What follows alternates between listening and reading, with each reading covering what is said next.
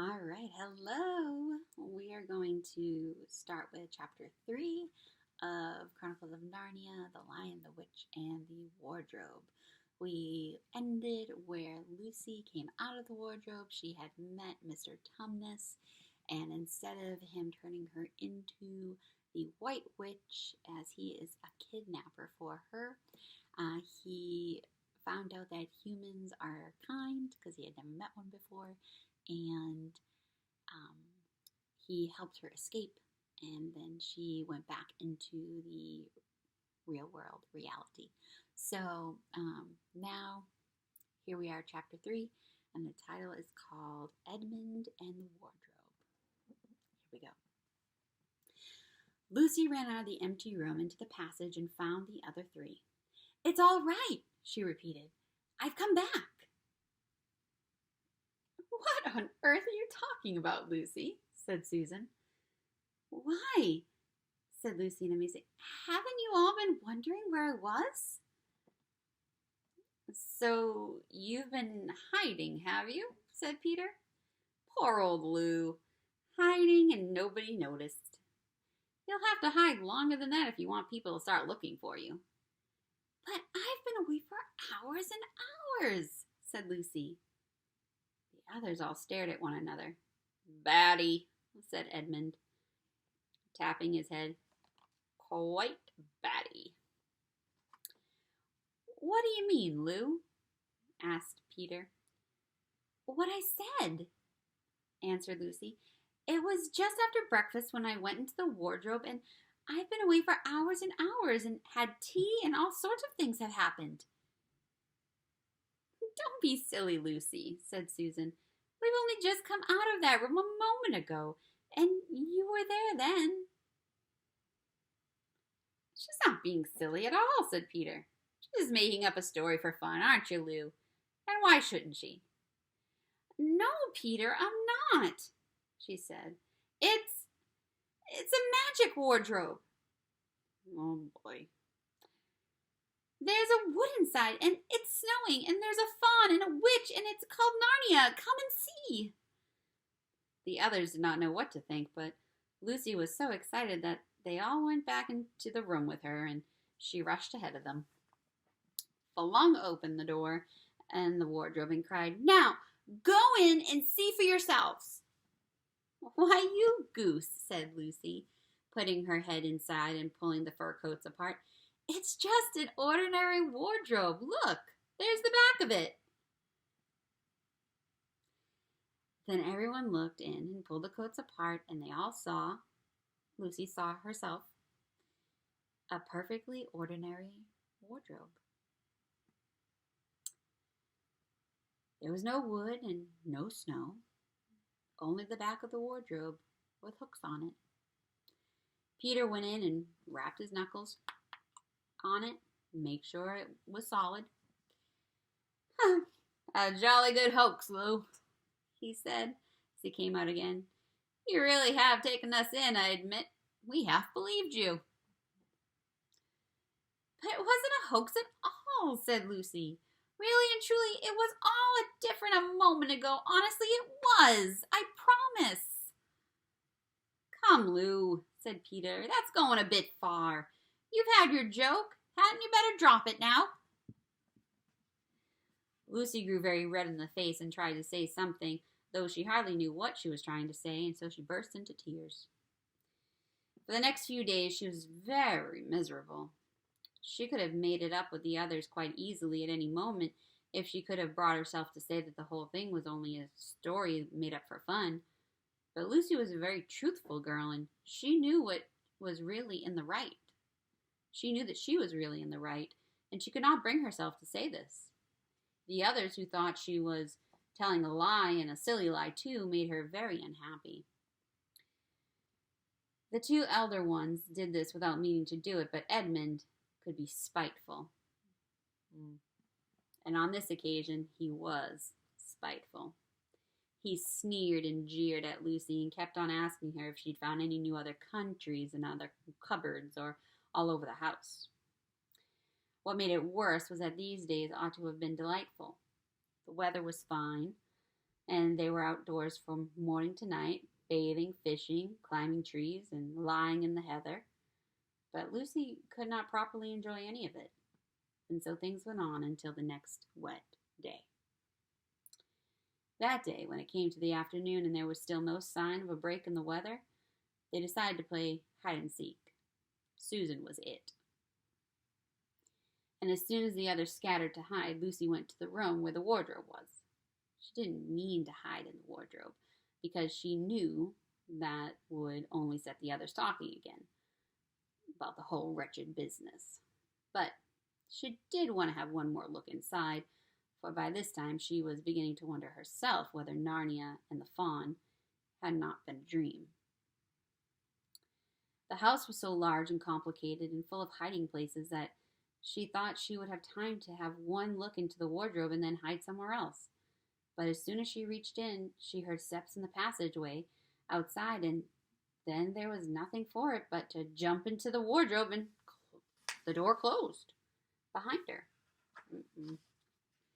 She did not shut it properly because she knew that would be very silly to shut herself into a wardrobe, even if it was not a magic one. Now the steps she had heard were those of Edmund, and he came into the room just in time to see Lucy vanishing into the wardrobe. He at once decided to get into it himself, not because he thought it particularly a good place to hide, but because he wanted to go on teasing her about her imaginary country. He opened the door, and there were the coats hanging up as usual, and a smell of mothballs, and darkness and silence, and no sign of Lucy. She thinks I'm Susan come to catch her, said Edmund to himself. So she keeps on very quiet with the back. He jumped in, shut the door, forgetting what a very foolish thing this is to do. Then he began feeling about for Lucy in the dark. He had expected to find her in a few seconds, and was very surprised when he did not. He decided to open the door again and let in some light. But he could not find the door either. He didn't like this at all and began groping wildly in every direction. He even shouted out, "Lucy! Lou! Where are you? I know you're here!" There was no answer, and Edmund noticed that his own voice had a curious sound, not the sound you expect in a cupboard, but a kind of open air sound. He also noticed that he was unexpectedly cold, and then he saw a light. "Thank goodness," said Edmund. "The door must have swung open on its own accord." He forgot all about Lucy and went towards the light, which he thought was the open door of the wardrobe, but instead of finding himself stepping out into the spare room, he found himself stepping out from the shadow of some thick, dark fir trees into an open place in the middle of a wood. There was a crisp, dry snow under his feet and more snow lying on the branches of the trees. Overhead there was a pale blue sky, the sort of sky one sees on a fine winter day in the morning. Straight ahead of him, he was between the tree trunks. He could see between the tree trunks the sun just rising, very red and clear. Everything was perfectly still, as if he were the only living creature in the country. There was not even a robin or a squirrel among the trees, and the wood stretched as far as he could see in every direction. He shivered. He now remembered that he had been looking for Lucy, and also how unpleasant he had been to her about her imaginary country, which now turned out not to have been imaginary at all. He thought that she must be somewhere quite close, and so he shouted, "Lucy! Lucy! I'm here too!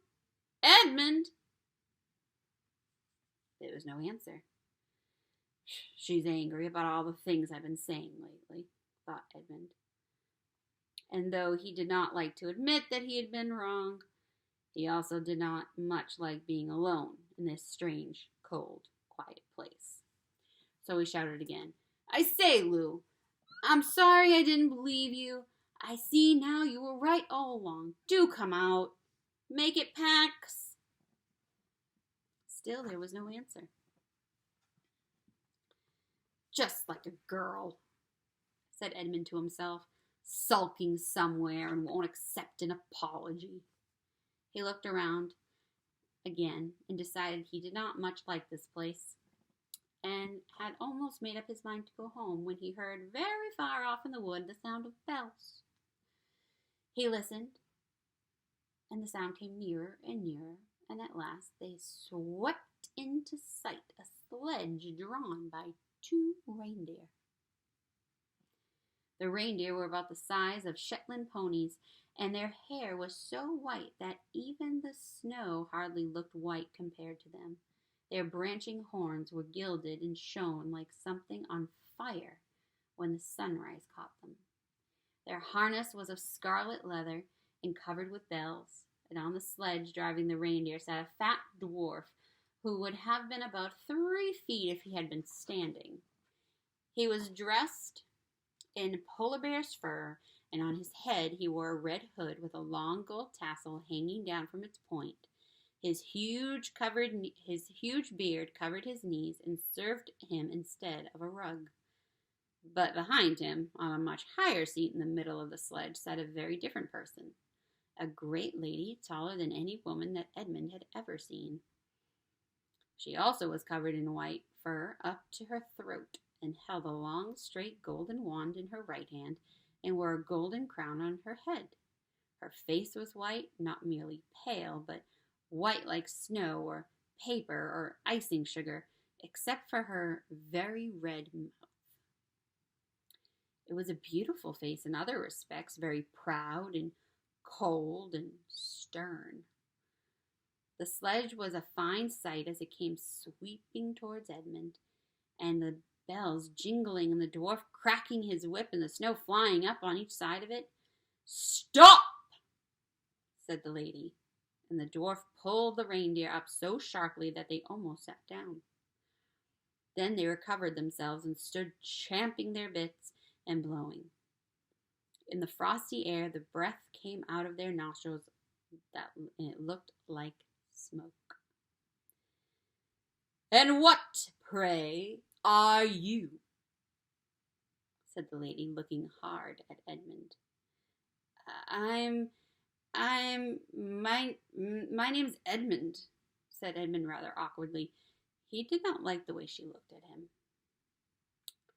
The lady frowned. "Is that how you address a queen?" she asked, looking sterner than ever. I beg your pardon, your majesty, I didn't know," said Edmund. "Not know the Queen of Narnia?" cried she. "Ha! You shall know us better hereafter. But I repeat, what are you?"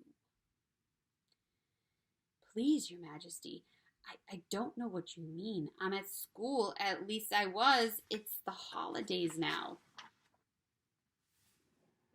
Chapter 4. Turkish Delight. "But what are you?"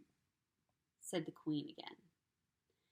"Are you a great, overgrown dwarf that has cut off its beard?" "No, your majesty," said Edmund.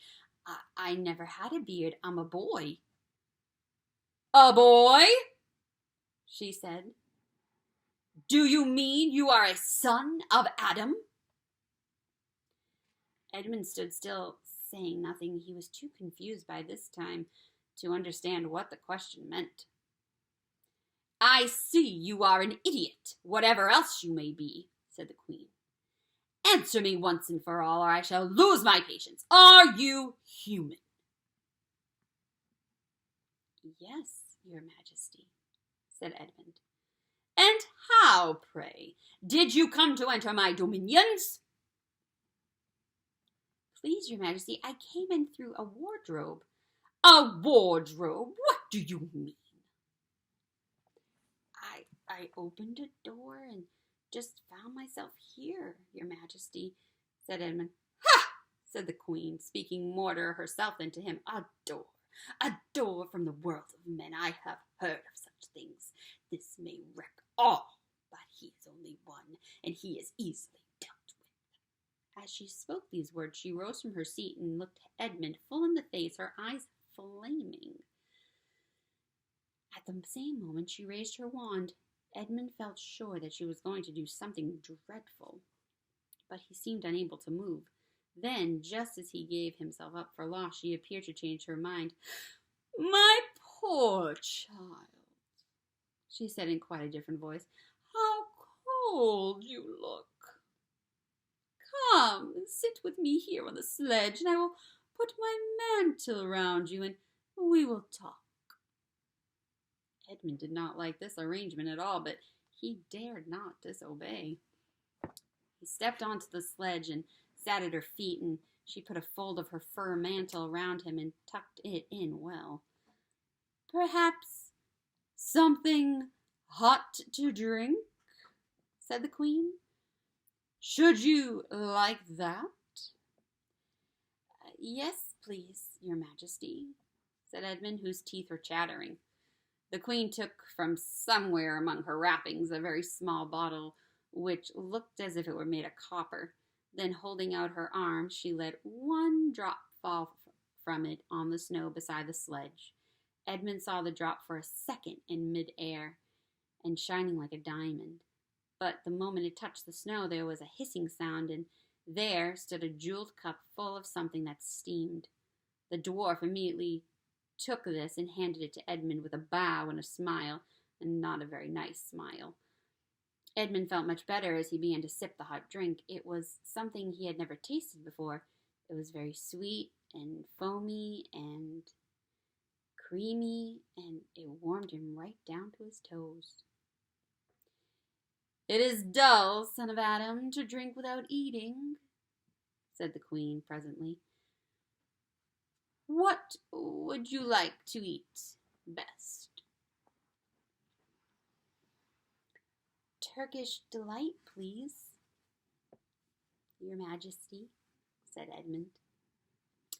The Queen let another drop fall from her bottle onto the snow, and instantly there appeared a round box, tied with green silk ribbon, which, when opened, turned out to contain several pounds of the best Turkish delight. Each piece was sweet and light to the very center, and Edmund had never tasted anything more delicious. He was quite warm now and very comfortable. While he was eating, the Queen kept asking him questions. At first, Edmund tried to remember that it was rude to speak with one's mouth full, but soon he forgot about this and thought only of trying to shovel down as much Turkish delight as he could. And the more he ate, the more he wanted to eat, and he never asked himself why the Queen should be so inquisitive. She got him to tell her that he had one brother and two sisters, and that one of his sisters had already been to Narnia and had met a faun, and that no one except himself and his brother and his sisters knew anything about Narnia. She seemed especially interested in the fact that there were 4 of them, and kept on coming back to it. "You're sure there are just 4 of you?" she asked. "2 sons of Adam and 2 daughters of Eve, neither more nor less." And Edmund, with his mouth full of Turkish delight, kept on saying, "Yes, I told you that before," and forgetting to call her Your Majesty, but she didn't seem to mind that now. At last the Turkish delight was all finished, and Edmund was looking very hard at the empty box and wishing that she would ask him whether he would like some more. Probably the Queen knew quite well what he was thinking, for she knew, though Edmund did not, that this was enchanted Turkish delight, and that anyone who had once tasted it would want more and more of it, and would, even if they were allowed, go on eating it until they killed themselves. But she did not offer him any more. Instead, she said to him, "Son of Adam, I should so much like to see your brother and your 2 sisters. Will you bring them to see me?" "I'll try," said Edmund, still looking at the empty box. "Because if you did come again, bringing them with you, of course, I'd be able to give you some more Turkish delight. I can't do it now. The magic will only work once. In my own house, it would be another matter. Why can't we go to your house now? Said Edmund. When he had first got onto the sledge, he had been afraid that she might drive away with him to some unknown place from which he could not get back alone.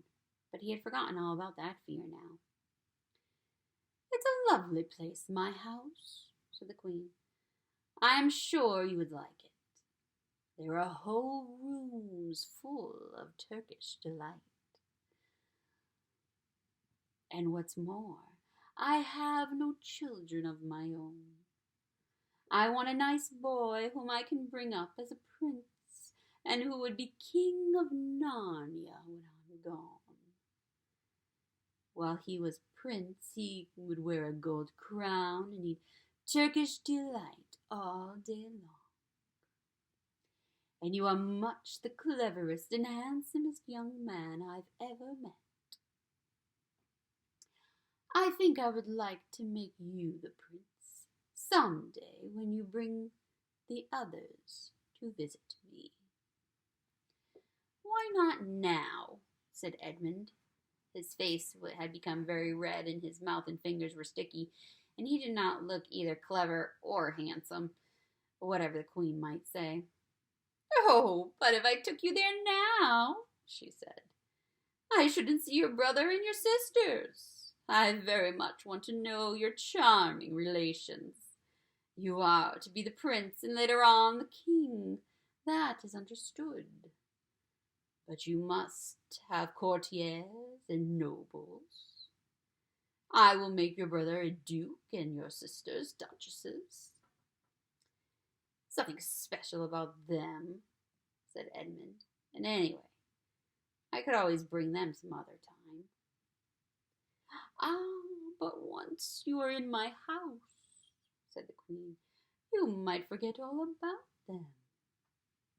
You would be enjoying yourself so much that you wouldn't want to bother to go out to fetch them. No, you must go back to your own country now and come to me another day with them. You understand, it is no good coming without them. But I don't even know the way back to my own country, pleaded Edmund. That's easy, answered the Queen. Do you see that lamp? She pointed with her wand, and Edmund turned and saw the same lamppost under which Lucy had met the fawn. Straight on beyond that is the way to the world of men, and now look the other way. Here she pointed in the opposite direction. And tell me if you can see two little hills rising above the trees.